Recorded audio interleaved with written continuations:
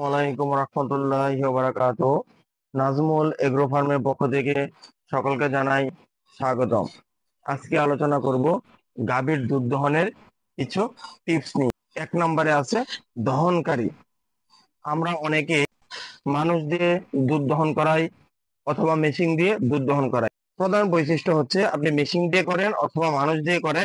যদি মেশিন দিয়ে করেন সবসময় এক মেশিন দিয়ে করাবেন, আর যদি মানুষ দিয়ে করান তাহলে ওই মানুষটাকে দিয়েই দুধ দহন করানোর চেষ্টা করবেন। যদি ওই মানুষটা দিয়ে কোনো সময় করাতে না পারেন বা সম্ভব না হয়, চেষ্টা করবেন যেন ওই মানুষটা সামনে দাঁড়িয়ে থাকে। তো এতে কিন্তু আপনি দুধ ভালো পাবেন, প্রোডাকশন ভালো পাবেন।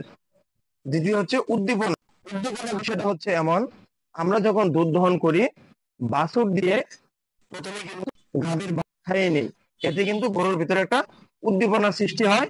যখন বাছুর গিয়ে গাভীর বাট ধরে চুষছে বা খাচ্ছে, তখন কিন্তু গরুর ভিতরে মানসিক তার ব্রেনে কিন্তু একটা পজিটিভ সিগন্যাল, এই ব্রেন থেকে কিন্তু এক ধরনের একটা হরমোন নির্গত হয়।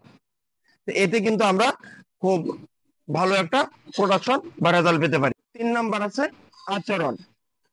আচরণটা হচ্ছে এরকম, আমরা যখন গাভীর দুধ দহন করতে আসবো তখন তার সাথে পজিটিভ আচরণ করতে হবে। কারণ আমরা যখন গাভীর দুধ দহন করতে আসি, আপনি বাছুর দিয়ে দুধ খাওয়াচ্ছেন, কিছুক্ষণ খাওয়ানোর পর আপনি কিন্তু বাছুরটাকে সরাই নিচ্ছেন তার মার কাছ থেকে। তার মা একদিকে বাছুরটাকে জোরপূর্বক আসতে চায় না, জোরপূর্বক কিন্তু আমরা সরাই নিচ্ছি, এতে কিন্তু একটা চাপ সৃষ্টি হয়।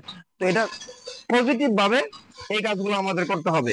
যদি এরকম না হয় তাহলে কিন্তু আমরা প্রোডাকশন ভালো পাবো না। আমরা কখনোই অপরিচিত মানুষ দিয়ে, একটু আগে যেটা বললাম, অপরিচিত মানুষ দিয়ে দুধ দহন করব না। সবসময় যে ব্যক্তিকে দিয়ে দুধ দহন করানো হয় তাকে দিয়ে দুধ দহন করানোর চেষ্টা করব, কারণ তার সাথে গাভীর একটা সখ্যতা হয়ে যায়, পরিচিতি হয়ে যায়। আরেকটা আছে বসা মাছি। এটা একটা খুবই কঠিন সমস্যা বা বড় বড় সমস্যা।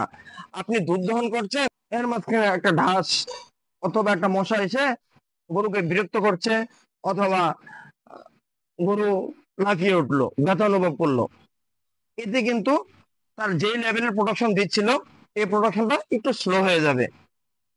তো এই ক্ষেত্রে মশা মাছি তাড়ানোর জন্য সাথে একজন লোক রাখতে পারি, যেন গরুর শরীরে কোনো প্রকার মশা মাছি না বসে।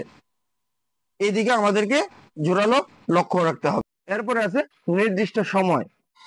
আমরা গরুকে অথবা গাভীকে দিনে একবার দুই বেলা দুধ দহন করি, নির্দিষ্ট সময়ে কিন্তু তাকে দুধ দহন করতে হবে। এটা কিন্তু খুবই গুরুত্বপূর্ণ।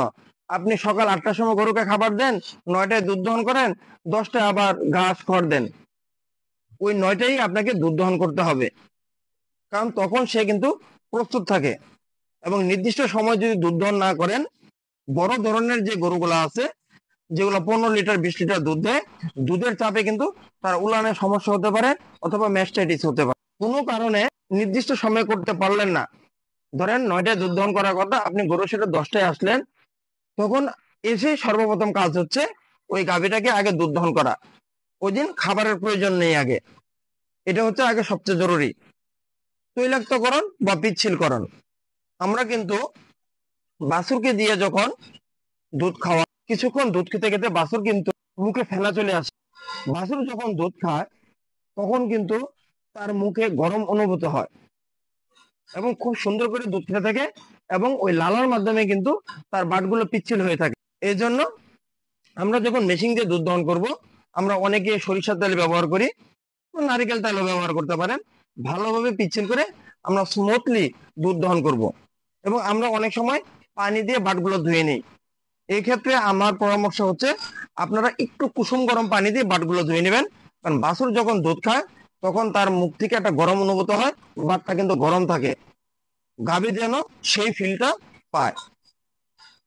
এবং দুধ দহনের তিন থেকে প্রথম 3 থেকে 4 মিনিটই আমাদের অতি দ্রুত দুধ দহন করতে হবে, কারণ পরবর্তী সময়টা গরু বাটে ব্যথা অনুভব করে, বিরক্তি অনুভব করে। তো এই ছিল আমার গাভীর দুধ দহনের কিছু গুরুত্বপূর্ণ টিপস।